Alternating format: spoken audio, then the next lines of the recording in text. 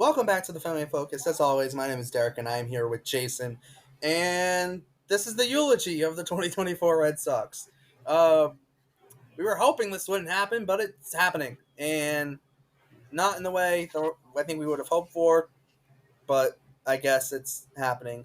The Red Sox did end the season on a win, which is nice to some. To others, aka me, it kind of sucks because now the Red Sox draft pick just got a little bit worse, but that's fine. Um, Hopefully they win the draft lottery, and it's a blessing in disguise. But if you know what I'm talking about, I just told Jason about this 2022 Tampa Bay Rays end of the season. If you know, you know. Only had to lose 1 out of 3. In retrospect, they swept that series for no good reason. But yeah, besides though, we have a lot to talk about, and I don't know if this is going to be the most positive show ever, but we're going to try and get through it. Jason, how do you feel? I feel weird. I think I always feel weird too, but I think this season was very much different than the past two in terms of the fact that they were competitive through 159 games. I had this team winning 78 games. Again, 78, 84. I think that was my line. I said there's no way they're going to do better. To my surprise, to a lot of people's surprise, they did so much better than anticipated. Sucks to miss the playoffs. They did. I think the concept at the deadline was right. You couldn't. I mean, hindsight was they're still in it. They had a lead in the wild card, I think, at the time. But I think, grand scheme of things, it didn't work out. And would you have liked to have sold? Sure, because it was a seller's market. I think the deadlines now are going to be sellers markets, and I think we'll dive deeper later in the specifics of the trade deadline. But overall, it sucks. I mean, my Boston mentality: you got to make the playoffs. Bottom line, like, I'm sorry, like those are my expectations. Those are the expectations you should have. Yeah. Yeah, It's also too like we say make the playoffs, and it's like it's the expectation, and like some fan bases will look at like us and be like, "Well, why is that an expectation? Like you can't just make the playoffs every year." But like this was the expectation when the Red Sox were making the playoffs when there was only 4 teams per league in the playoffs, and there was just one wild card spot. Now you got 3 wild card spots. Hot take: I think the talent is a lot more evenly distributed around the big leagues, which makes it a little bit harder to get into the playoffs, even with more teams. That might be a hot take, but like, I think the talent's a lot better distributed. You don't just have the Yankees getting every big free agent and the Dodgers occasionally getting one, and like some random team out of nowhere spending stupid money. off Like, topic. That's going to be a big topic in the CBA about whether or not they decide to put in a free agency period. That's going to be a big topic in the next CBA debate in the 2026-7 offseason. hot take: can we just like get a pathway for players to come over from Japan? We'll see. I need Sasaki coming over. I need Murakami coming over. Murakami's next year, right? And then Yes, after 25. I mean, they can come, but they'd have to be amateurs. Well, Murakami's not coming until then, though. He's yeah. Not, Yeah. Because he's got a 3-year deal, and that's the last year is next year, and he's literally got like the opt out, like basically where they kind of have to post him, and written into his contract. But no, I mean, there's just so much with this. Just back to the Red Sox, though. Like, it's I do think it is harder to get into the playoffs now. You see a team like the Tigers, for example, and they sold at the deadline. I mean, I'm giving a massive shout out to AJ Hinch because what he's done with that pitching staff, and not just him, just the organization as a whole. They've really only, for the majority of the stretch run from the deadline on, they really only had 2 starting pitchers until Reese Olson and Casey Mize were healthy. They didn't have that necessarily. They didn't have the guys to go out and roll out a rotation. So what did they do? Openers, relievers, guys like Maeda pitching out of the bullpen and pitching way better than he was as a starter, and like they traded their second best arm at the deadline, and Jack Flaherty. And the third and fourth best starters were injured around the deadline as too. Got injured around the deadline. They literally had Skubal and Kiter Montero, who I don't even think he started the year on the big league roster, if I remember correctly. So like they literally the only guy they had from their starting. No, he didn't because Maeda was in the rotation. Montero wasn't even in the rotation at the start of the year. It's just insane what they've done. Yeah, they But literally I had mean, is it Screwball and harder? hope and pray. On paper, it should be easier. On paper, it's now more of a seller's market because of the extra wild card, and it's like The more instead of being teams, 5 games back, you're going to be 2 games back, and instead of maybe okay, yeah, we're probably out of it. 5 games, that's a lot. Now you're looking and you're saying, oh, we have a shot at this. Just look at the 2022 Red Sox. yeah, Right? Very much should have sold, but they were within 2 games of the third wild card. They should have sold. I mean, they this did. year they are. You can but make this the year argument they had could've- no. They had the Yeah. spot this year. You really can't sell. You really. That's, it's hard. I think to that's sell malpractice. No, it's hard to sell the idea of selling when you're only like a game or two out, or even 3 games out. It's hard to sell that idea. But here's the issue: like with this year's Red Sox team, and this is why it's so important too. Like the issue is, yeah, they might have only been 2 games out, but like when you started looking at the run they'd been on, the playoff chances, it was very similar to the playoff chances they had in 2022, and we saw how that went.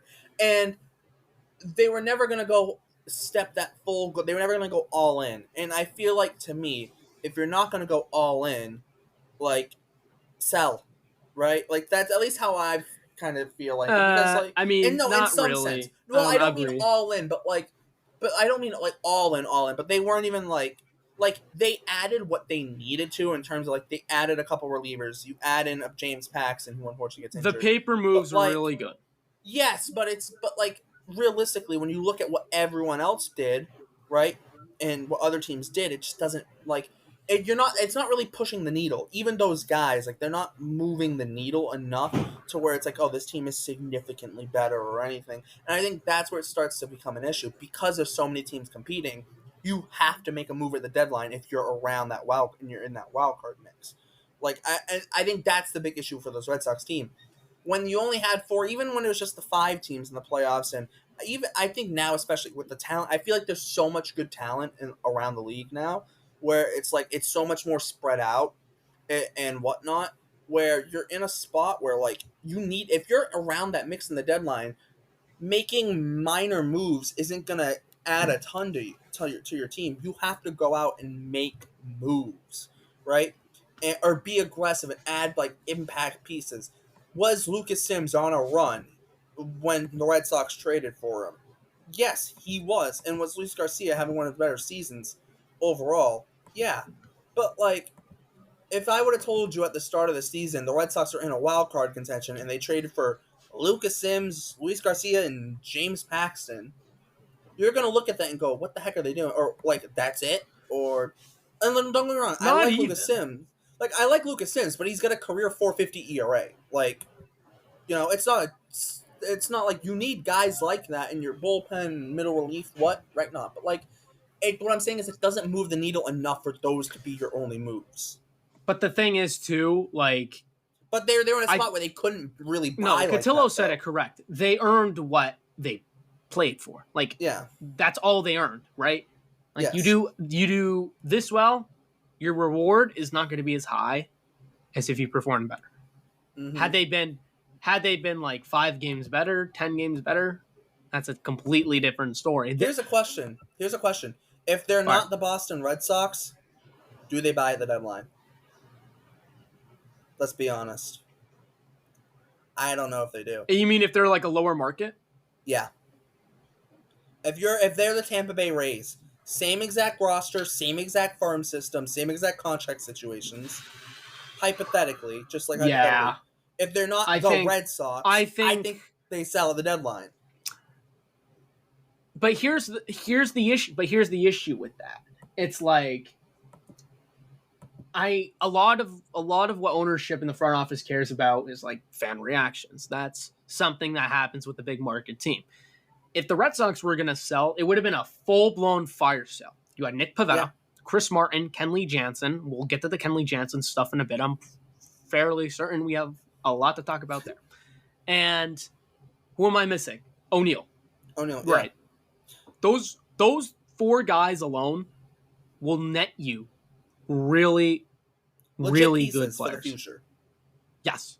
And especially in the new Red Sox system where they're prioritizing pitching with Andrew Bailey, Justin Willard, and Craig Breslow, you look at your and I'm not saying they'd only get pitchers. They could sneak in a position player here and absolutely. there. Why the heck not? But I think considering where they were, heck, like the Priester move, I'm fine with that. That was probably the best move at the deadline.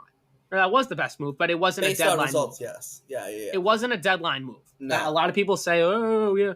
I mean, yeah. No, that was just like a swapping like former first round picks who have had maybe brighter days, hopefully greener pastures ahead of them, but they might maybe need a change of scenery or whatever the issue is, right? You know what's funny? Real quick, you know what's funny? Nick York had his first big league hit, which is shout out Nick York. He has 2 home runs this season. James Paxton threw 11 innings for the Red Sox this year. Priester threw 5. Makes you wonder. I'm just kidding. No. Yeah, no, but back to the point, real quick. They'd have to fire Sale, and look, you still have fans, but like at the end of the day, I don't necessarily think they still do because they're in a playoff spot, and it's like, but a lot of baseball now is about the business of baseball is to get fans, right? You want to get revenue through merchandise, ticketing, like I just mentioned. Here's the thing, though. Here's revenue caveat on local TV, right? You send a message to the fans who watch, and you're like, oh, yeah, we're gonna rebuild again.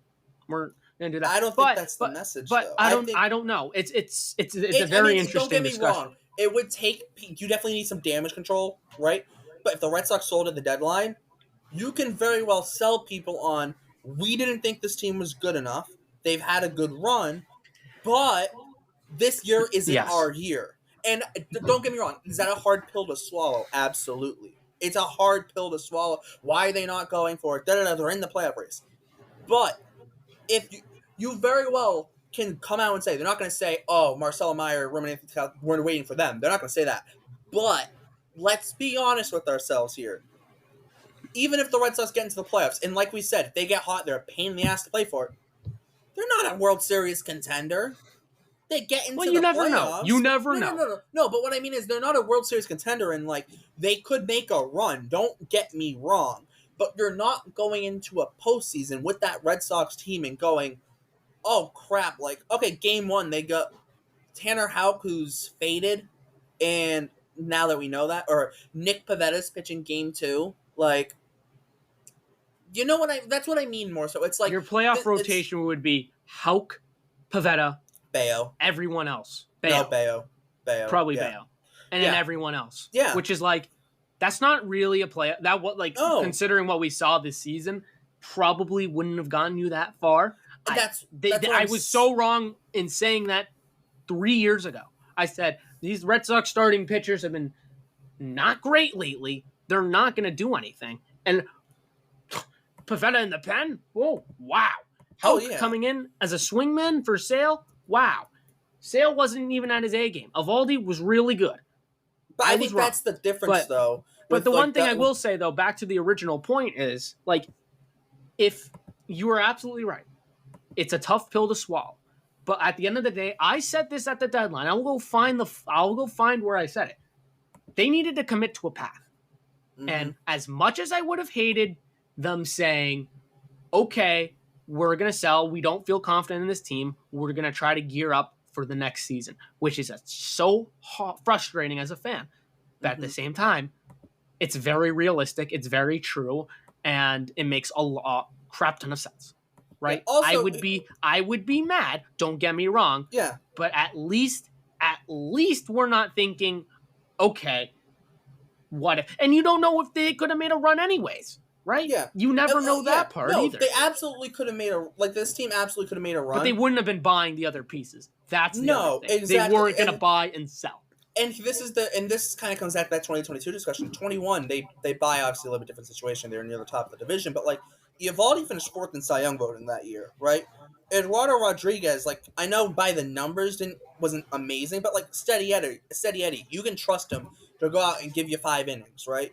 Like that's what Eduardo Rodriguez is underrated in that fact where it's like when he's on, you're gonna get 5 innings from him and 5 solid innings. Like that's why his nickname's Steady Eddie, right? You had Chris Sale, you knew he was coming back, and you knew that you also potentially had whether it was Houck or Pavetta or someone else, like you had other options potentially, as a starter, right? Whereas, and when you start kind of looking at things, I guess you could say, and you start looking through that bullpen, like Matt Barnes was an all-star that year. I know we know what happened, but like still, and but like Adam They had no Ottavino. closer in the playoffs. No, but you had Al Ottavino, right? You had the bullpen's a little bit different, but like they brought in Hansel Robles, right?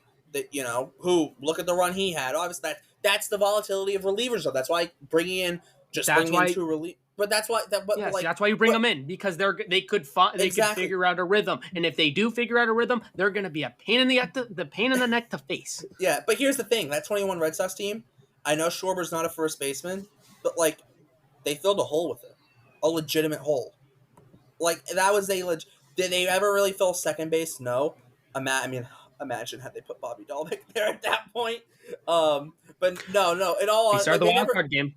Hey, at this point when Dahlbeck was playing outfield and Worcester and shortstop and whatnot, we go back there, maybe chuck Dahlbeck in the outfield and put Verdugo in center and just wait. Have TK play second and yeah. No, but in all honesty, though, no, it's funny to look back. But like you look at the 2022 team, Nick Pivetta, Michael Wacha, who is good, don't get me wrong, but like it's Michael Wacha. Like at that point, he's like, okay, he's having a good year. Looks like the best he's maybe ever looked, at least anytime recently. But like Eovaldi had some injury issues. Like it was like Rich Hill, an unproven Cutter Crawford, like Josh Winkowski, Tanner Houck, who was mostly in the bullpen, Whitlock, who was mostly in the bullpen, right? Like Sale. That wasn't a team that when you look at that team's a little bit more comparable to this team in terms of the rotation, where it's like you go into the playoffs with that rotation, you're like, I don't know. 21, it's like you had Eovaldi. You knew if Chris Sale could be healthy, he's going to compete, right? So you got two at least, right? You have two Cy Young caliber pitchers at the front line. Oh, and by the way, you have Eduardo Rodriguez. Right exactly. There. Like I said, Steady Eddie, right? In 22, you look at that team, like you got Michael Wacha, but like it's not a one. They're gonna throw probably Eovaldi in the first, but he didn't have a good year, and he had a great year. He had some injury issues. No. Remember, he had a really bad home run problem that year. Yes, exactly. Really bad. And the Red Sox said, "Heck no," or like they offered him a contract, and then they're like, "You know what? We're gonna pivot to this other path. We're gonna sign a couple other players." Yep. Nope. Bye. Have a good day. But then you start looking at this team though. Like, don't get me wrong, Tanner Houck has been amazing this year, but like, it's a similar to. Different, but like somewhat similar to Wacha in the sense of like Wacha was good in 22, but like, are you gonna really trust him to be a number one when you're going against Garrett Cole or Corbin Burns, right? Or Tariq Skubal or Cole Reagans even like Houck's not there yet, right? He had don't get me wrong, amazing year, amazing year, but not at that level yet. And then after that, it's like I said, it's Pivetta or Bayo or Cutter Crawford, like. I love those guys, but like to win a playoff series with that being your rotation, that's tough to do. That's going to be extremely tough, right? And here's the other thing. Who got hurt for the Red Sox in 2021? COVID's don't include COVID. Who got hurt in 21? Yeah. There you go. Chris Sale. Well, Sale. Matt Barnes supposedly. Well, he cut his thumb making an omelet. Well, he also sucked down the stretch, but like, maybe that's why. Was that no? the year like, before? I mean, Christian Arroyo. Yeah, that doesn't count. That's it. Bogart stayed healthy. Verdugo was healthy. Kike Hernandez was healthy. Christian Vasquez played 138 games. Vasquez played 100, like as a catcher. Yeah. Now, to be fair, he didn't catch all those games, but like he catched 90% of them. A very hefty chunk of those games. Vasquez, I remember Kevin Plawecki was a really good backup catcher, about like 283. Somehow, I don't understand how. He had a lot of pop. Yeah, Vasquez for whatever reason caught 78. No, sorry, no, wrong year. That year he caught 100 and 32 games, 119 of them starts. Yeah. So the majority But of my those point games, is, yes. look at this year, too. Look at the injuries you got this year. Trevor Yes. Story, Tristan Casas, Casas. Yoshida, Yeah. O'Neal even occasionally, or O'Neal here and Jansen there. here and there, or, and then the rotation, Whitlock, Giolito, right? Like, it's, and like, that's why I say, like, this team, like, don't get me wrong, like, if Giolito's healthy, that totally changes the outlook of this team, right? Yes. Because that's a guy who you're, like, he kind of fits the Eduardo Rodriguez role of this team next year, where it's like, he's not going to be your top guy, but, like, he can go out and get you 5-6 innings, right? Well, that's going to be a big debate in the offseason. Like, Well, hopefully evaluating Giolito. that's Like, the evaluating idea. Giolito. Yes. No, I know. It's your idea. But, like, a big thing about this offseason Or the is, hope, I should say. the whole. Eat But, like, innings, be like, just give solid starts. you got to evaluate him. Like, how do we view him? Because they could say we value him as a number one. Boom. That's an excuse to not go after these big guns. Boom. Like, right? They probably won't get a big gun. Like, as a big gun. They're not As in spending. Freed, Burns. They're not spending money. I would do Burns in a minute, but, like, they're not going to. No, they're not, because he's a Boris guy. I think they're going the way. Yeah. No. I say because he's a Boris guy, because let's be honest. Like, I would love Blake Snell, but let's be honest here. They're Boris guys. You know what Boris guys want? Money. You know what the Red Sox don't like giving to guys long term? Especially pitchers.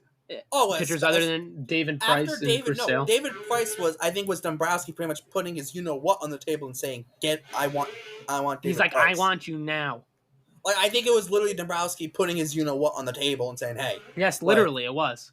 You know what I mean? Like into Red Sox ownership too, even. Like, hey, give me the money. Like, come on. And I think too, like, we also have to look at it this way. Like, it's not necessarily the greatest investment to go on a guy. Like, don't get me wrong. You get Corbin Burns. He stays healthy. You know what you're getting, right? And he fits Bailey, Breslow, Willard. Yes, but the issue with that is, like I said, late in the contract, it's likely going to fall off, right?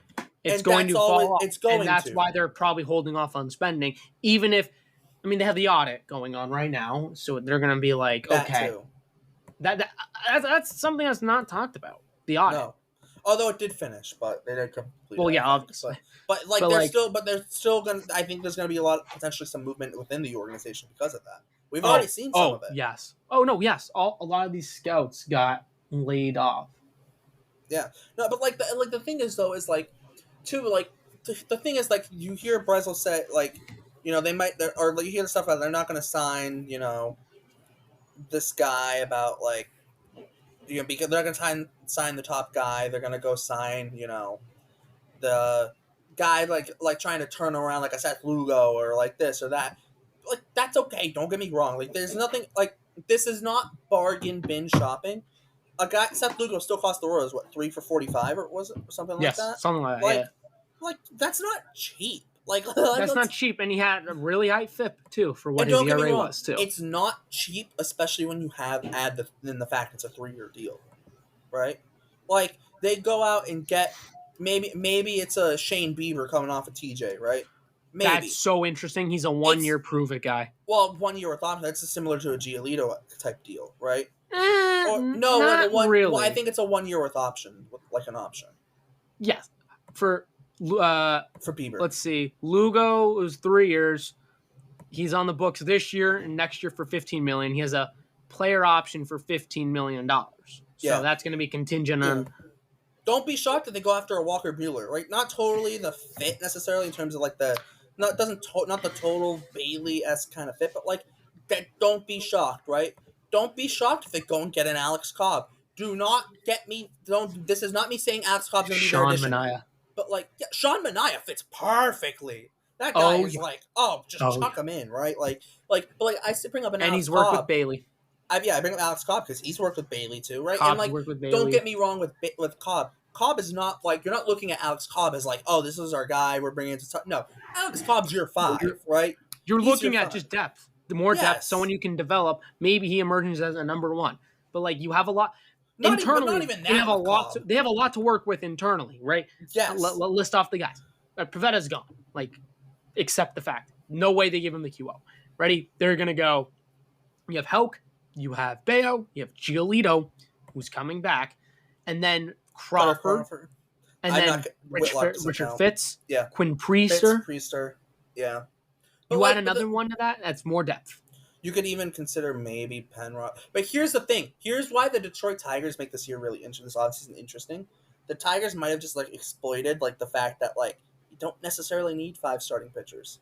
Like there's also that. Yeah. I'm not I saying the mean, the Red Sox are Tampa Bay going to do Rays that. don't need 5 starters, but No, they but no, but still... what I mean is like you don't need 5 pure starters necessarily. I don't know if Alex Cora is a manager to do it under, but like No, yep, I don't think that's he what I is. was about to bring I up. think that's the issue. But like you see the Tigers like the run like the last like 2 months of the season up until Reese Olson and Casey Mize got healthy, they only had 2 starting pitchers. Realistically, and it was Tariq Skubal and it was Kiter Montero, who wasn't even on the opening day roster for them. Oh, yeah.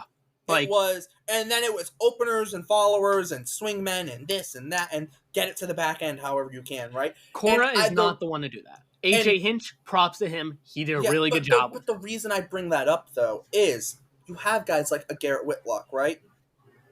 What did Garrett Whitlock excel with when he was in the bullpen? Like the multi-inning role where he'll lock down the 7th and 8th, then you just get to your closer, which... Yeah. By the way, the bullpen is going to look so much different next year. But like, it's going to be crazy. You have Priester, right? You have Fitz. You have Priester. You have Whitlock. You've got Penrod. Remember, Penrod, starting pitcher. You know, like that's a guy who can pitch give you some length, right? You start even look Cutter Crawford. Maybe even could fit into that somehow, some way. You never know, right? You could arguably try Winkowski. I don't like Winkowski. Yeah, I don't. But I think he was technically pitching hurt all year. Yes. He had that bone spur in his ankle, whatever. No, but like the point I bring up is like if you go into next year and Criswell too. Criswell, but like you have Houck, Bayo, Giolito, and you count that as like there's 3, right? And then maybe they want to have a 4th, so we'll say it's an acquisition, right? They make a starting pitcher acquisition. Then you can kind of fool around with like your 5th spot and get like heck, maybe it's some sense of like. You have guys like Whitlock and Criswell and Fitz and Priester and Crawford and whatever who can give you starter depth, length, but maybe you don't want to do that. Maybe you want an opener, and then you go throw out Whitlock, or maybe not Whitlock. Then you go throw out Priester for 3 or 4 innings. Then you go bring in Garrett Whitlock for 2 innings, and then at that point, if you get a 1 inning and then 3 or 4 from a Priester hypothetically, and then a 2 from Whitlock, you're in like the 7-8 inning range with 3 guys, and then you just what I mean. That's what I'm saying. The bullpen needs a full refresh. Absolutely, but and it will. Yes, but the reason I bring that up is the Red Sox have so many guys that can kind of do multiple innings where they can, if they really, really, really want to. And the reason I say this is because you have Breslow, you have Willard, you have Bailey. They can get very creative if they want to with that kind of 5th starter spot. And that's why I say, don't be shocked if like next year, if you see maybe you see like 7 quote unquote starters on the opening day roster, because you might be getting these kind of, or hypothetically, it might even be like, oh, Richard Fitz is starting or Priester starting. They're going one time. They're not going to go. They're only going one time through the lineup, and then they're bringing in someone else. Or maybe they go one time. Maybe they get 4 innings. But remember Cooper Criswell had the perfect game through 4 innings, 52 pitches, and Cora yanked him. Yep. You can't tell me that wasn't predetermined because that was 100% predetermined. Exactly. He said it post game. Yes, exactly. And that's what AJ Hinch has been doing with the Tigers. Okay, we're gonna have this guy open for 2 innings because he can get to the top of the order and hopefully middle of the order. Then here comes our quote unquote follower, who's really our starter, and he's gonna pitch to the bottom of the order, then hit the top of the order, middle of the order, face the bottom of the order for a second time, and then we're taking him out. It's literally, and I can't believe I'm saying this, literally what Dave Roberts and Julio Urias did 2 years ago. Yeah. Would open with a Gratterall, maybe a Trinan, and then you would go after 2 innings. You would, I think, The way Dave Roberts did it was Yeah. overmanagement, but like, Yeah, but like, well, look at the Rays. Like the Rays started it in 2018, and everyone's like, "Oh, this is stupid, never gonna catch on." they The didn't have Rays the are money to always do that. are the Rays are the Rays not always onto something? Like, let's be Yes. honest. Like they're always onto something. Oh, I think Yes. 2018 was maybe a little bit early for it, but like we Right. look at it now, And- heading into And 2025. another like, guy to consider too was Dobbins. yeah, that's another guy, right? And the thing is too, with pitchers, the more times a hitter sees a guy, especially the elite hitters, the more times they see a guy, the more likely they are to do well against them. Right.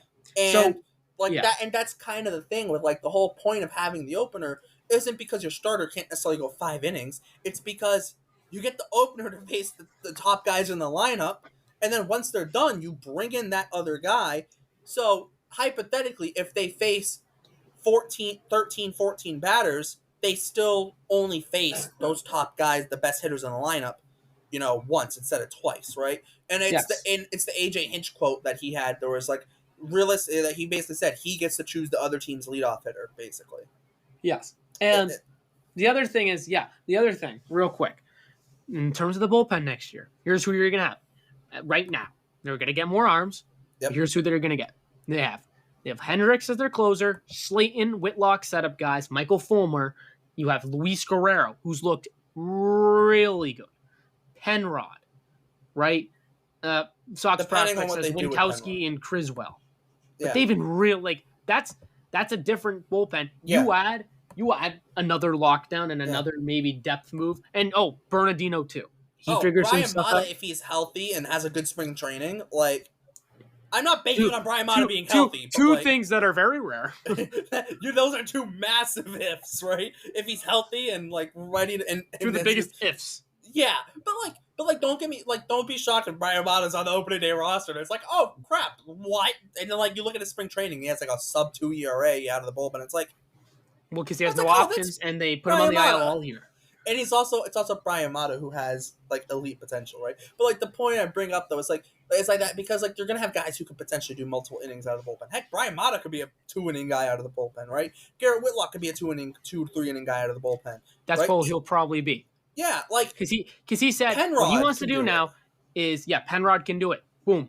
Yeah, I like what I saw out of Penrod. Get I funky. love what I saw out of Luis Guerrero is going to be really good. Oh my god. Like No, what I saw the from him, long-term he's got the walks. The walks are going to be an issue. Yes, they like, will be. But figure it out at the major league level. He's so disgusting. My god, he's gonna be the closer. Oh my god! The thing is too with relievers, if the walks are your issue, as long as they aren't horrifically bad, which they're not horrifically bad, they're bad, but it's not Jose Alvarado, Gregory Soto when they were walking 7 guys per 9 innings bad, right? It's not that bad. So it's like, but like you start to really picture things out for this bullpen and like, okay, Hendricks, Slayton, Fulmer, and Guerrero are like your 4 pure relievers, right? Yes. Outside of that, that's a total different look, by the way. Like, yes, that's totally different. Yes. And then like you still have Whitlock, right? You still have Penrod. You still have guys like Criswell, Winkowski, Kelly, Isaiah Campbell, although he's probably going to be AAA depth, let's be honest. Weiser, if he's really good again. Potentially, Weiser, potentially, if they don't get DFA'd. Like, and then like I said, you have, like, the Fitz, the Cutter Crawfords, the Priesters, the Dobbins, etc., right? The Dobbins. Just kidding. Brother. I mean, he should consider pitching. That's a total different topic for another day. Be in the Red Sox org, most likely. All right. I'm also looking. I'm going to look at the UFAs real quick. And I'm going to look at. Oh no! Look at the relievers. Like it's kind of like it's a mid. Actually, I don't know. Sir Anthony Dominguez could be interesting, but he has a club option. Kirby Yates is interesting. Yeah, Estevez, Floro, Gallegos could be a nice reclamation project. Yep. Kittredge. Yep. Loaiza. Hoffman. Holmes. Graveman, maybe. Hector Neris, if he can figure it out again. Yeah. Loaiza's interesting. I don't think that's I love Loaiza. Estevez. Trinan. For a second. Oh, Trinan's insane. Loaiza, though, might have, like, the most disgusting stuff I've ever seen. If they want to, I think Chris Martin's gone, too. Tanner Scott. Yeah. For, like, a mid-reliever, for like a middle of the bullpen guy, Loaisiga might have the most disgusting stuff I've ever seen in my life. Yeah. Like Oh that yeah. dude He is just can't stay healthy. gross. Oh, he can't stay healthy, and like half the time, Yeah. sometimes he struggles to behind in the strike zone. But like he is Oh, disgusting. let me see. Yeah. Oh, I like lasagna so much. So like, I like eating it. It's I like watching it. no, but like no. In all honesty, though, that guy is like when he's on, like that 2021 run he had, that year he had in 2021, it was just Oh like wait a minute. He got internal brace. I don't Oh care. no, it's April. April. So I we're don't good. care. That guy's gross. No, but like also I mean, hey, AJ Minter could be a very interesting option. That's someone I like a lot. Give me AJ Minter, right? Um, I mean, like heck, I mean, what Chafin and Bummer? I would assume their club options get picked up, but I you don't never like know. Chafin. I've never liked Chafin. I don't love Chafin, but like he also too like he. I don't feel like he's ever been in like a I feel like he's been in like some. He's weird because like sometimes like he's. I don't feel like he's ever been like in a park like he hasn't had like a park like Fenway where it's like a very hitter friendly ballpark. I don't think. Like Detroit's pitcher friendly, and that's when he's had his best years. Went to Arizona, that's a little bit more hitter friendly, but like he struggled there. I don't know. Chafin's interesting though, but I'm not as crazy over him as I was. But like the thing is though, is like there are definitely relief options, and do I think the Red Sox pick up someone? Yes. I Oh mean, no, they will pick it up. Just a matter of is it a major or minor league deal. They will do it.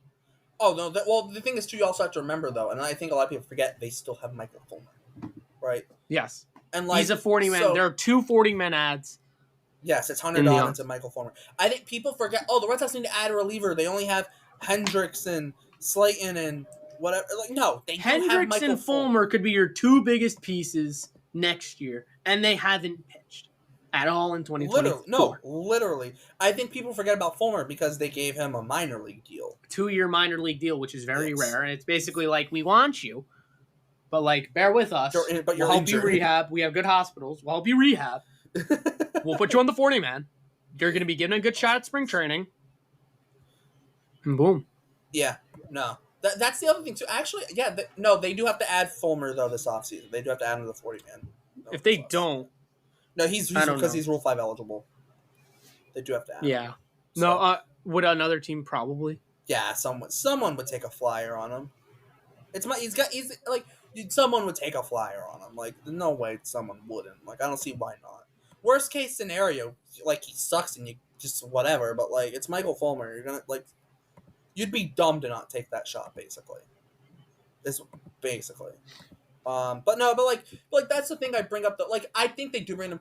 I don't necessarily say they're bringing in one of the top arms of the bullpen. They could go with a very young bullpen next year. Don't get me wrong. Like you could have Hendricks and Fulmer, and then it could just be literally be your Slayton, your Whitlock, Guerrero, Penrod, like Mata if he's healthy, right? Like you could see a very young bullpen next year. Don't get me wrong, right? I think there is a decent chance of that happening.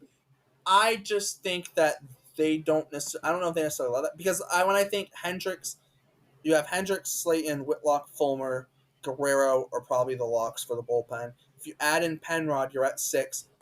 If we hypothetically say Brian Mata, you're at 7. You only have one bullpen spot left, and you don't really have a quote unquote long reliever slash swingman slash someone like who can eat Criswell. innings.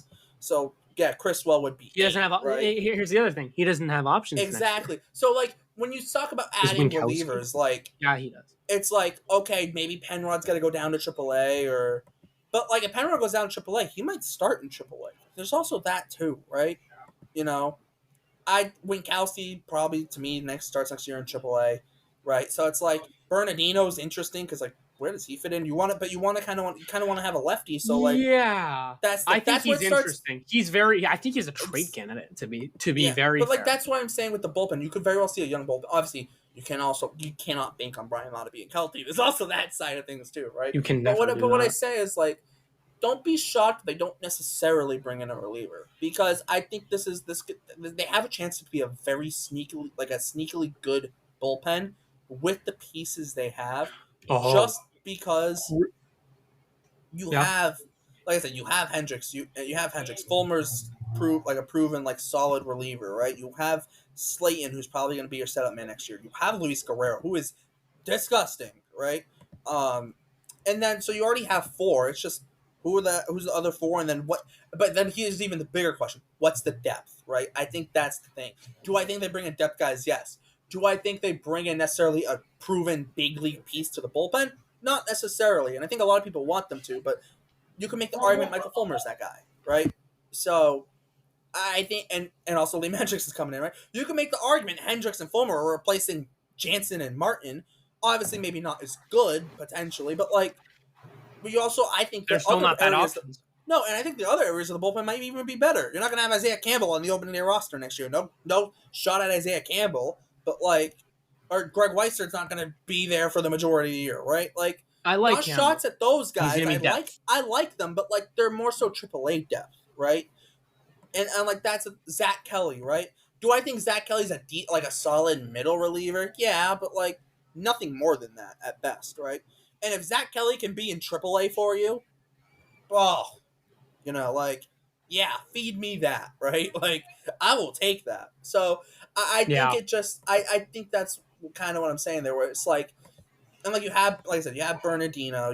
I mean, Bailey Horn can go. Let's be honest. Bailey Horn is a DFA candidate. Yeah, like A Shugart's a lot of DFA guys candidate. are. I love Shugart though. But like, Shugart's a DFA candidate. I can't believe this guy didn't get his hit. Gaspard never didn't get a hit. I don't feel know so if he's bad. a DFA candidate just because he's the only other catcher.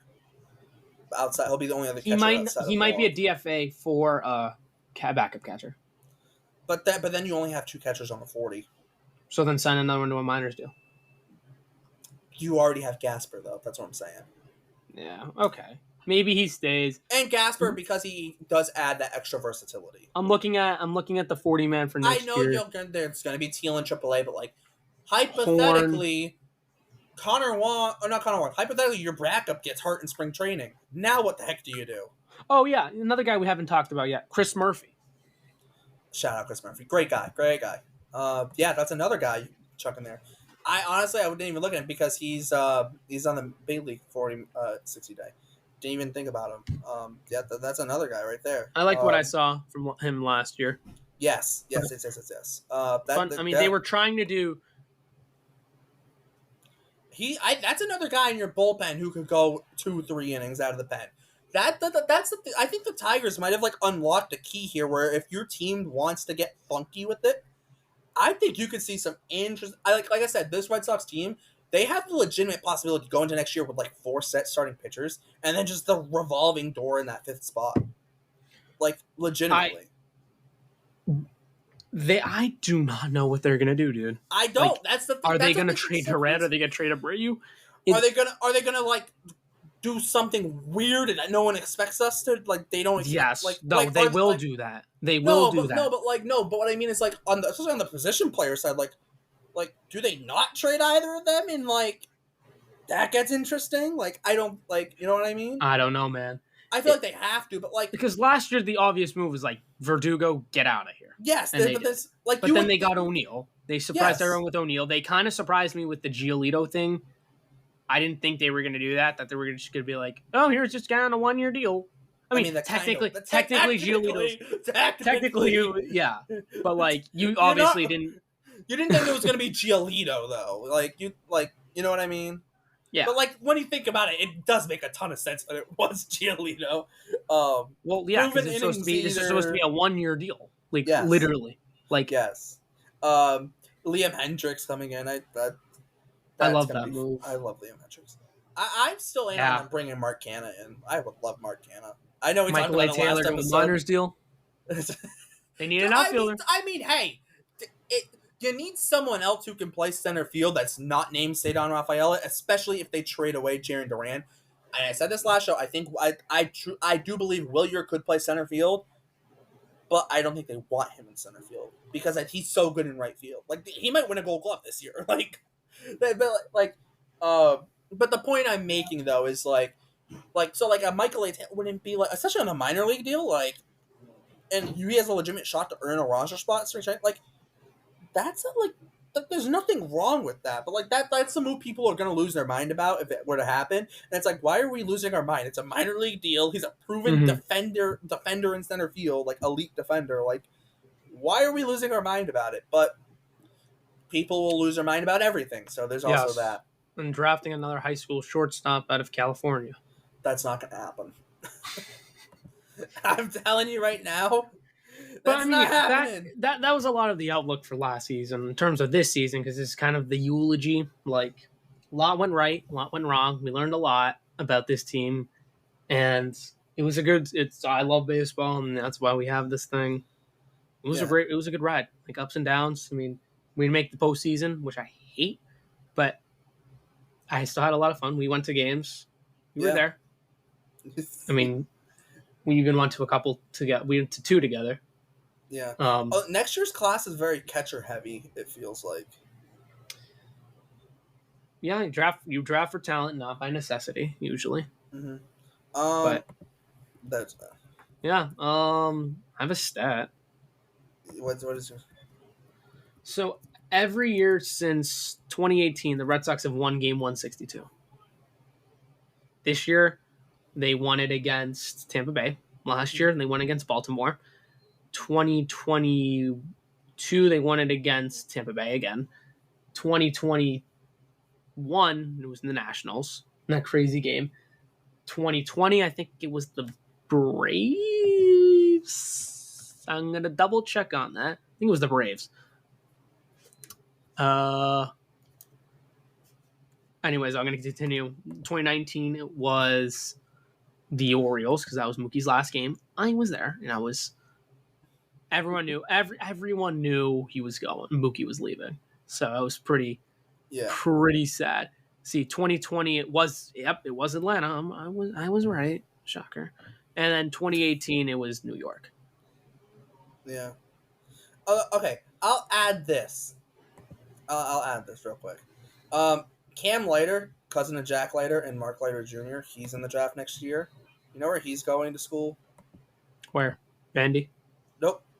He transferred to FSU, which is the same exact place that Jamie Arnold's going to.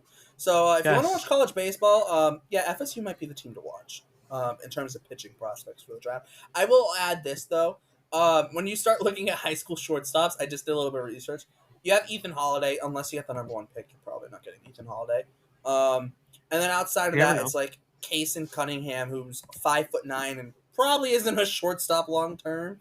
Then it's like Billy Carlson, but he's also kind of a two-way guy. Some like him on the mound better than at short. And then it's like, and then like, okay, then you get like Eli Willits. But like he's committed to Oklahoma and his dad coaches at Oklahoma. So is he really going to not go to Oklahoma? Probably going to Oklahoma, right? And then you get to Brady Ebel, who's a high school shortstop out of Corona High School in California. You know, figures. And his dad is the Dodgers' third base coach. So, oh yeah. Anyways, real quick, I wanted to touch on Yoshida and yes, shoulder surgery. Well, it's not confirmed. It's just on the table. On the table. Yes, potentially. It's gonna depend on obviously severity and a lot of different other things. So, they get rid of Yoshida, I'm riding outside of Fenway. They're not. They can't. Not actually. But like, I will be very sad if they. I would be. I think sad. They want to look to move him. Honestly, I don't think it makes sense to move him. I don't think it makes, no. Positional versatility wise, yeah. When has Alex Cora not had a pure DH though? Let's be honest. 29. Nope, never. Because he's at JD Martinez 2018 to 22. Last year was Justin Turner. And Yoshida and Casas. This year it was. Yeah. This year was Yoshida. This year was kind of the first year he had a lot of freedom. And that's only because Yoshida got injured. But then he started. Well, even then, he was a platoon guy. That's also was dumb. Let's be honest. But anyways, we knew he was gonna be. Or sorry, we learned today, as in the last day of the season, the September 29th, that he's dealing with a shoulder issue all season, and it affected him in the batter's box. Boom, very clearly. And you see the run he went on at the from like June on. Like, Is that why he didn't play the field later on? maybe, but also no. But I'm saying the run he had at the plate from like Yeah. mid June, like a decent chunk of time. Yeah. Like, if And he did like him doing that injured, can I just please get a fully healthy like full season of Masataka Yoshida being Masataka Yoshida? No, like literally though, like if we get a fully healthy full version of Yoshida for a full season, like I don't think there'll be any complaints. Maybe the only complaint is he hits left-handed. that's That's literally the he hits biggest complaint. left-handed. Yeah. And I know we're about 50 minutes on, but I want to touch on the Kenley Jansen stuff. Yeah, unfortunately. So, if you didn't know, Jansen left the team. Holy Jesus. Yoshida What? DH'd 101 games this year. Yeah, no, that's a basically full-time DH. That's basically full-time. How many games did he miss? Yoshida? 37? Something like that. That's I'll just say 35, so what? Yeah, okay. Borderline. Yeah, that's basically full-time DH. So, Jansen, if you didn't know, left the team after he was placed on the IL. Cora told him, if you want to go home, you can go home. And he went home. So that's a big indicator. Something was going on in the clubhouse, which is a testament to the lack of leadership in the clubhouse. Well, Kenley's supposed to be one of those veterans, you know? Yeah, I mean, Kenley was... And someone brought it up. And boy, oh boy, were they right. I'm not giving them too much credit because I kind of noticed it too. Remember at the beginning of the season, all these trade rumors with Jansen? Yep. Why do you think he left later in the season? Mm-hmm. Sox were checked out on him. He was checked out on the Red Sox. You want to get out of the place you don't want to be? Then you can. Sure, I'm fucking leaving. Sorry for swearing. I'm That's leaving. fine. Bleep it out. That's the only time I swear. No. Leave it in. Shit. We're leaving it in. Like, you know what? Fuck it. If I'm in a classroom, I don't want to be there. Teacher doesn't want to be there. Teacher goes, okay. You want to leave, you can. All right, see ya. Yep, take care. And if it's a terrible class, like, I'm leaving. I don't even care if it's a class I like, I'm leaving. Yeah, and shout out to JT O'Donnell of the Pesky Report, your co-host. Yeah. And does Waxback Wisdom. I think that's his YouTube channel. Yes. Go check it out. Yes. He texted me today and a couple of other guys and was like, there is absolutely something that was going on in the clubhouse. And laid it out perfectly. I would read it, but I'm not getting it up on my phone. I had to do a lot of scrolling. But if you need advice on what's going on, you get his take. He's a really good guy. I shouted him out earlier. Go check him out. JT O'Donnell. Yes. Report. And get well, Jake. And get well soon. Yes. He's recovering. Yes. From surgery. So we're prayers to him, and we'll. Well, I don't know. Probably have him on the office. He's past the prayers part. I think he'll be fine. He's on the. No, he will be fine. But I pray for him to recover. I know. I want to just. It's not like he's dying, or it's not. It was not like. Let's not put that up there. He's getting better. He will be back to 100%. Just he's just recovering for now. He's on the road to recovery. Like everything's fine. He's literally on the recovery road. He's not on the road. He's home right now. He's not in the hospital. He's recovering. Yes. So, no, but we wish you well, Jake. Jake's awesome. So shout out. Also, shout out Hunter, because Hunter and I have been having gap sessions on the Pesky Report the last few weeks. So shout out Hunter. I filled out your form today. Yes, we are doing.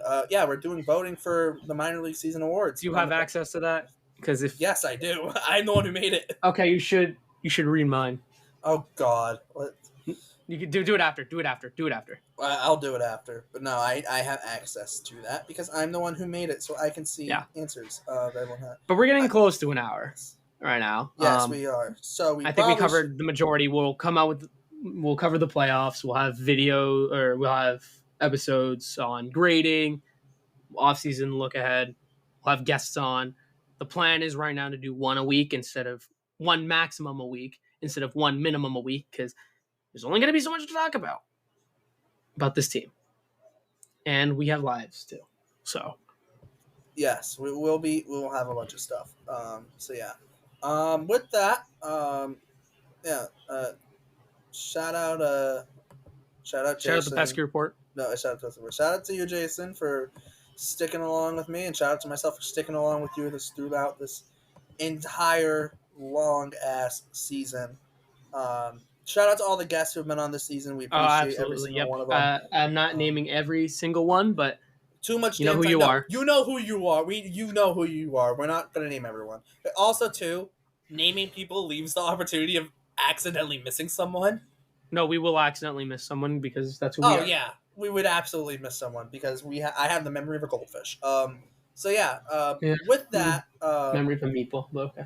yeah, I might as well be 50 at this rate with my memory. So yeah, uh, yeah, this is I guess the close to the 2024 season from the Fenway Focus. We'll have stuff for you in the off season. We've got I think one more episode covering the 2024 season, and then it's get us as far away from 2024 as possible. So as always, thanks for tuning into the Fenway Focus. For Jason, my name is Derek, and we will see you next time.